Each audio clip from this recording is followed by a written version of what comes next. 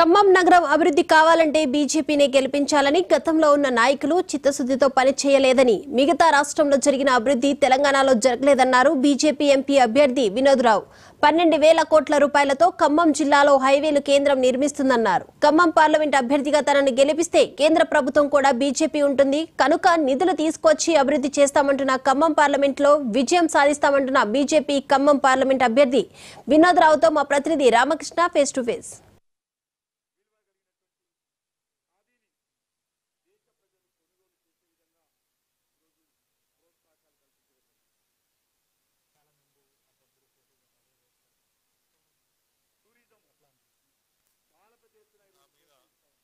మోడీ గారు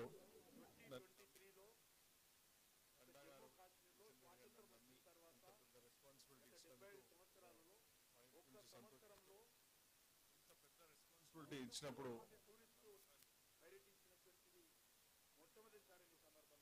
నిద్రలు లేకుండా నేను కష్టపడుతున్నా.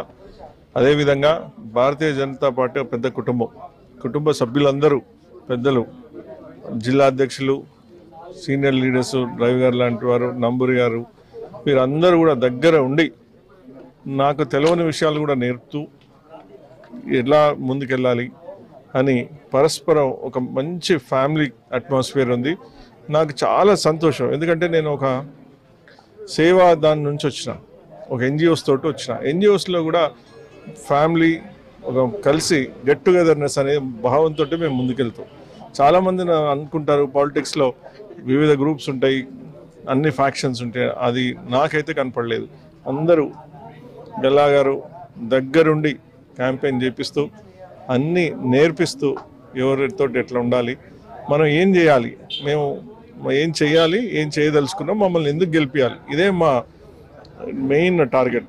ప్రజలలోకి మాకు ఓటేసే ముందు వాళ్ళకి మేము తెలియజేస్తున్నాం, మీరు మాకు ఎందుకు ఓటేయాలి, ఓటేస్తే మేము ఏం చేస్తాం, అది వారు నమ్మి వారికి ఓటేయమని మేము ప్రార్థిస్తున్నాం. అంటే క్యాంపెయిన్లో భాగంగా వివిధ వర్గాల ప్రజలను కానీ లేదు పార్టీ నేతలను కానీ కలుస్తున్నారు. వాళ్ళ నుంచి స్పందన ఎట్లా ఉంది? ఇదే క్రమంలో టికెట్ ఆశించి రాని నేతల్ని వాళ్ళందరినీ కూడా ఎట్లా సమన్వయం చేసుకొని ముందుకెళ్తారు? నేను ఇందాక చెప్పినట్టు మాదొక కుటుంబం. అందరూ కూడా వారు కూడా నాలానే ఇన్స్పైర్ అయ్యి దీనికి భారతీయ జనతా పార్టీలో ద్వారా ప్రజలకి సేవను అందించాలని వచ్చారు. కాబట్టి వారు కూడా అనేది ఏంటంటే అందరం ఆశిస్తాం కానీ ఒకరికే వస్తుంది, కానీ నీకు వస్తే మాకు వచ్చినట్టే అని ఆ స్ఫూర్తితోటే మేము ముందుకెళ్తున్నాం. అంటే ఇటీవల జరిగినటువంటి అసెంబ్లీ ఎన్నికల్లో 7 నియోజకవర్గాలు ఖమ్మం పార్లమెంటు పరిధిలో బీజేపీ పార్టీకి ఆశించిన స్థాయిలో ఫలితాలు రాలేదు, ఓటింగ్ శాతం రాలేదు. ఇప్పుడు జరగబోతున్నటువంటి పార్లమెంట్ ఎన్నికల్లో ఫలితాలు ఎట్లా ఉండబోతున్నాయి అనుకుంటున్నాను? తప్పకుండా బీజేపీ ఈసారి ఖమ్మంలో వికసిస్తుంది. దీనికి ఎందుకు అంటే ప్రజలే తెలుసుకున్నారు. మేము అన్ని పార్టీల అతీతంగా ఈసారి కనుక బీజేపీ అభ్యర్థిని గెలిపిస్తే మాకు మా అభివృద్ధి ఎందుకు కావట్లేదు అని అడగడానికి పూర్తి హక్కు ఉంటుంది. గత రెండు సార్లు కూడా 10 సంవత్సరాలలో వారు అడిగినా వారు ఎవరు గత పార్టీ అభ్యర్థులు అసలు వారు చిత్తశుద్ధితో పనిచేయలేదనే నాకు అనిపిస్తుంది. ఎందుకంటే ఎక్కడ చూసినా ఎన్ని ప్రాజెక్ట్స్ రావాలి, దేశంలో అన్ని స్టేట్స్లలో వస్తుంది, ఖమ్మంలో ఎక్కడ వేసిన గొంగలు అక్కడే ఉంది. సో అడగంది అమ్మాయినా పెట్టదు. కాబట్టి ప్రజలు ఈసారి వారు దృఢంగా నిశ్చయించుకున్నారు. ఈసారి ఖమ్మంలో బీజేపీ ఎంపీ గెలిపిస్తే అక్కడున్న కేంద్ర నిధులన్నీ దగ్గరుండి ఇక్కడికి తీసుకొస్తారు. దగ్గరుండి ఇవన్నీ స్కీమ్స్ కానీ ఇక్కడ నుంచి సమస్యలన్నీ వారికి తీసుకెళ్తారు. ఇది 2-way సిస్టమ్. పైనుంచి నిధులు రావాలి, కింద నుంచి సమస్యలు పోవాలి. ఈ మీడియం ఒక ఎంపీ అభ్యర్థి కేంద్రంలో ఉన్న పార్టీలో ఉన్న బీజేపీ ఉంటే, ఇక్కడ కూడా బీజేపీ అభ్యర్థి ఉంటే ఆ ఛానల్ ఇంటాక్ట్ ఉంటుంది. లేకపోతే ఇది ఇటే ఉంటుంది, ఇది ఇటే ఉంటుంది.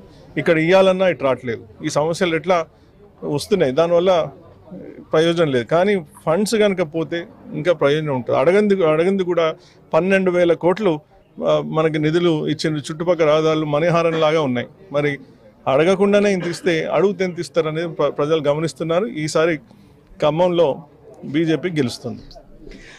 ఖమ్మం పార్లమెంట్ టికెట్ తనకు లభించడం ఎంతో ఆనందంగా ఉంది. బరిలో అనేక మంది నిలిచినప్పటికీ కూడా పార్టీ తనకు టికెట్ ఇవ్వడం పట్ల సంతోషం వ్యక్తం చేస్తున్నారు. ఎవరైతే టికెట్ ఆశించి రాలేదో వాళ్ళందరినీ కూడా కలుపుకొని పోతాం. ప్రచారంలోకి వెళ్ళినప్పుడు ప్రజల నుంచి అనూహ్యమైనటువంటి స్పందన వస్తుంది.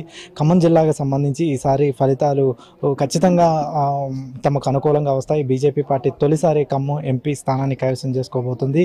కేంద్రంలో మరోసారి మోడీ అధికారంలో రాబోతున్నారు. మోడీ సహకారంతో ఖమ్మం జిల్లాని అభివృద్ధి చేస్తామని చెప్పి వినోదరావు అన్నారు. కెమెరా పర్సన్ గణేష్తో రామకృష్ణ, మహా న్యూస్, ఖమ్మం.